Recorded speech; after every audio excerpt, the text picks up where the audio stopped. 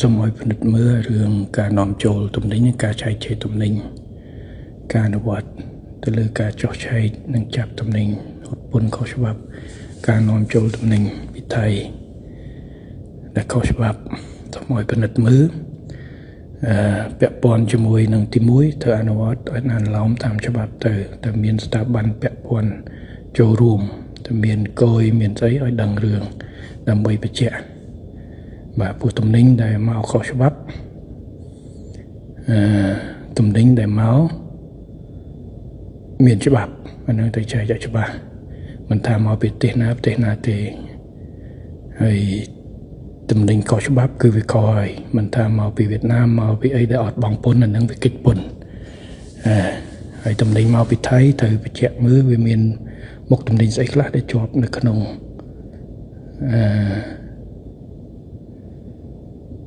ហាមឃាត់ហើយចូលតាមច្រកហាមឃាត់ទោះបីជាមានការលំបាកក្នុងការបញ្ជាក់ពេលខ្លះច្រកហ្នឹងក៏ដោយប៉ុន្តែយើងអាចថាទំនិញប្រភេទនៃការហាមឃាត់យើងដឹងហើយមានផ្លែឈើមានពេញអ៊ីនធឺណិតស្អីចឹងហើយសូមឲ្យពង្រឹងទៅតាមច្រកដើមខ្សែនិងស្ថាប័នគយច្រកតាមដើមខ្សែនៅច្រកព្រំដែនត្រួតពិនិត្យការបង់ពន្ធស្អីតាមច្រកចល័តហើយជាពិសេសនៅឃ្លាំងធំដល់ឡែកនៅមើលកន្លែងប្រជាពលរដ្ឋលក់រាយលក់អីនេះគឺសូមឲ្យពិនិត្យឲ្យបានច្បាស់ប្រយ័ត្នប៉ះពាល់ទៅដល់បងប្អូនអនុវត្តលើសគោលការណ៍ជាពិសេសត្រួតពិនិត្យតាដើមខ្សែចល័តបូកជាមួយនឹងឃ្លាំងធំចែកចាយអានឹងជាការយកចិត្តទុកដាក់ទៅលើចំណុចទាំងអស់នេះ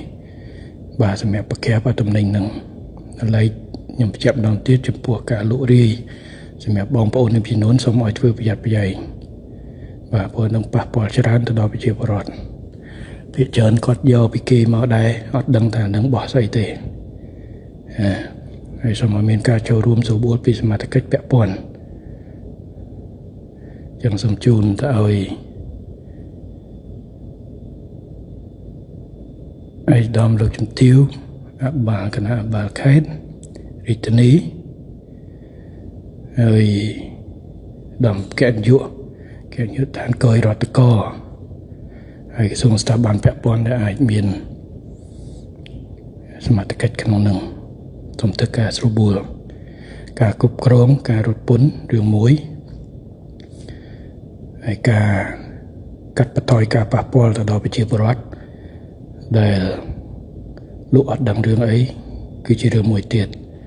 សូមអនុវត្តបានច្បាស់លាស់